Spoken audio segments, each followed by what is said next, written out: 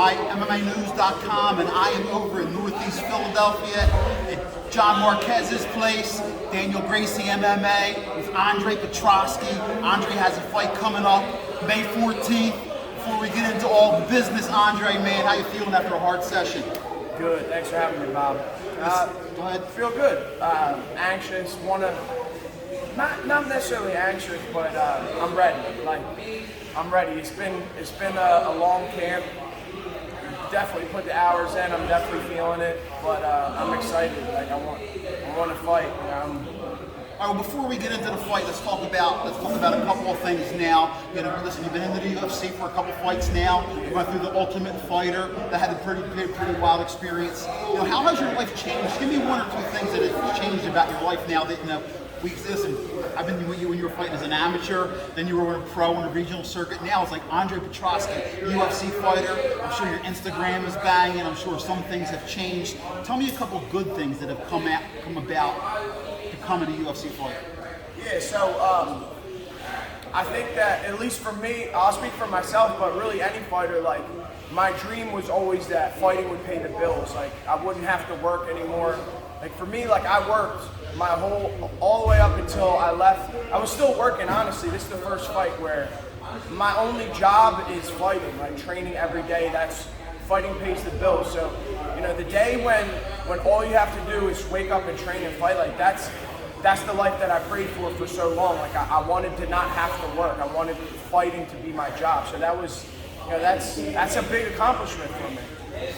So let's talk about Marquez MMA over here.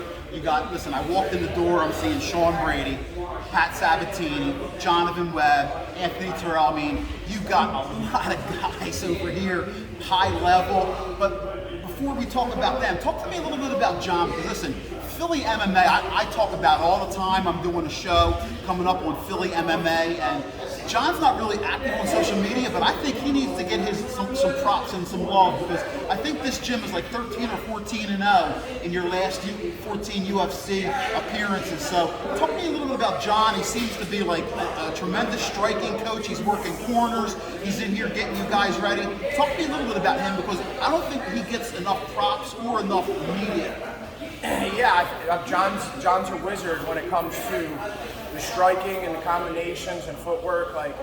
He does his homework and he knows what he's talking about. As far as the social media and stuff, he's low key.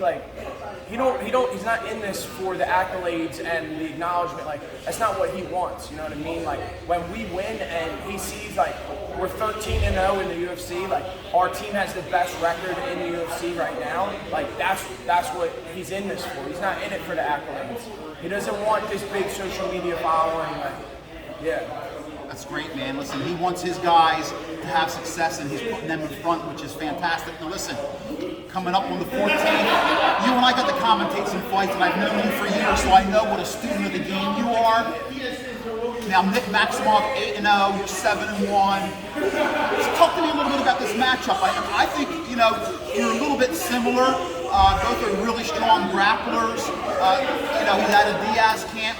How do you see this fight? Yeah, I think that wherever the fight goes, I'm confident. I think my striking's better than his. I think that my grappling is much better than his. I just think that everything that he's good at, I'm better. And, I watched him on the Contender Series, and then I watched him again fight Cody Brunage, because at the time Cody was previously my teammate, and then I watched him fight Suriano, and I was like, man, I'm better than this kid. I can beat this kid. And I saw that he was undefeated, and I asked for this opponent. I texted my manager. I said, yo, can we get the Maximov fight? And sure enough, they accepted. Well, listen, you going in there, knocking off, if he's 8-0, you get that victory, you're putting your name right in there. Listen, before we go, give some shout out to some love. I know you got your beautiful daughter that you're fighting for now, and I know you got some sponsors. Let them know how thankful you are. Because listen, this sport, man, Andre, you've been through it all. You came down from the bottom, worked your way. You got the sponsors now. You got people that rely on you. Give out some shout outs, because, like I said, you need their support before you get in that cage. Yeah, first of all, I want to shout out to my cousins, Kelly Landis and Eric Schuler.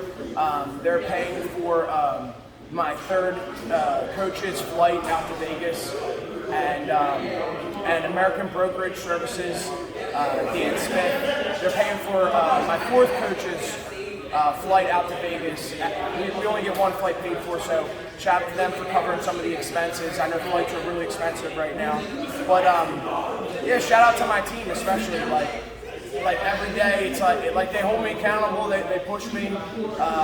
You know, if I'm not at practice, if I come and have a hard practice in the morning and I'm like, I think I'm going to take tonight off, they're like, nah, we're going. Like, and I'm in here day and night. And shout out to my team, Daniel Gracie, Henzo Gracie Philly. We're doing big things. Well, Dre, the only thing that we need now is a victory and a nickname. We're working on that for you. Sooner or later, you're going to earn that nickname. But right now, it's just Andre Petroski, 7-1, May 14th. Check him out, UFC against Nick Maximov. He's looking to give him his first loss. Andre, as always, man, Philly MMA is running strong, and this is one of the guys that's contributing. And thank you to the whole community out here. Philly MMA is on the map, and this room here is doing their damnedest to keep it going.